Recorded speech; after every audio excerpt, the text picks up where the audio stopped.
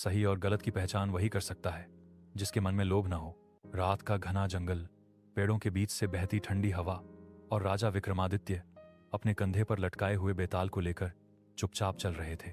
अचानक बेताल हौंसा, हा हा विक्रम, तू मुझे कितनी भी बार पकड़ कर ले जाए, पर जब तक तू मेरी कहानी न सुनेगा मैं तुझसे अलग नहीं होऊंगा। विक्रम ने शांत स्वर में कहा, कहानी सुना बेताल, मैं फिर भी तुझे लेकर जाऊंगा। बेताल ने कहानी शुरू की। एक समय अभिरामपुर नाम का राज्य था। उसके राजा वीरेंद्र देव बहुत न्यायप्रिय थे, पर एक कमजोरी थी, सोने और धन का लालच।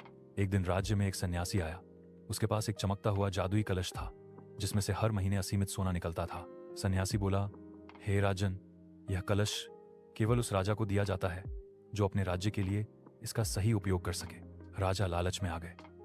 उन्होंने तुरंत सन्यासी से कलश लेकर किले में रख लिया, पर कलश के साथ एक नियम था, अगर सोना केवल अपने फायदे के लिए उपयोग किया गया तो यह कलश राज्य के किसी प्रिय व्यक्ति की जान ले लेता है।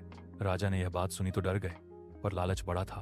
उन्होंने सोचा, क्या फर्क पड़ता है, थोड़ा सा सोना मैं भी रखूंगा, इससे किसी का क्या जाता है। यहीं से श्राप शुरू हो गया। पहले ही महीने राजा ने सोने का बड़ा हिस्सा अपने लिए रख लिया। अगली सुबह खबर आई, राजा के सबसे विश्वसनीय मंत्री धीरपाल की रहस्यमयी मौत हो गई। राजा समझ तो गए कि यह श्राप का असर है, पर मन ने फिर समझाया, शायद ये संयोग हो। उन्होंने कलश का उपयोग जारी रखा। दूसरे महीने उन्होंने आधा सोना राज्य के लिए रखा, बाकी अपने महल में जमा कर लिया। कुछ ही दिनों बाद उनकी बेटी राजकुमारी अनाया गंभीर रूप से बीमार पड़ गई। वैद्यों ने हाथ खड़े कर दिए। राजा टूट गए। अब उन्हें एहसास हुआ कि लालच जीवन छीन सकता है। राजा सन्यासी को ढूंढते हुए जंगल पहुंचे। रोते हुए बोले, मुझे यह कलश नहीं चाहिए, मेरी बेटी को बचा लो।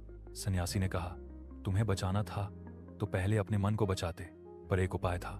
सन्यासी ने कहा, अगर इस कलश को उन लोगों को दान कर दिया जाए जो खुद कभी लालची न रहे हों तो श्राप खत्म हो सकता है। राजा ने सोचा, राज्य में ऐसा कौन है। अचानक उन्हें याद आया मंत्री धीरपाल का बेटा अभिराम, जो एक साधारण किसान था और जिसने कभी धन की लालसा नहीं की।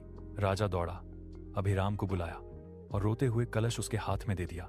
अभिराम ने कलश स्वीकार किया, पर अपने लिए नहीं, उसने तुरंत उसे गरीबों में बांटना शुरू कर दिया।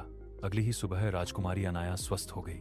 राजा समझ गए लालच इंसान को हमेशा विनाश की ओर ले जाता है। कहानी पूरी होते ही बेताल बोला, विक्रम, अब बता, जब राजा जानता था कि लालच गलत है, फिर भी श्राप टूटने के लिए कलश किसान को देना क्यों जरूरी था?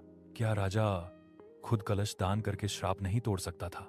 अगर तूने जवाब दिया मैं फिर उड़ जाऊंगा, और अगर न दिया तेरा मौन सिर काट देगा। विक्रम बोले, राजा श्रापग्रस्त था क्योंकि लालच उसके भीतर था। जिस मन में दोष होता है वही मन दोष को नहीं मिटा सकता। केवल शुद्ध मन, जैसे उस किसान का,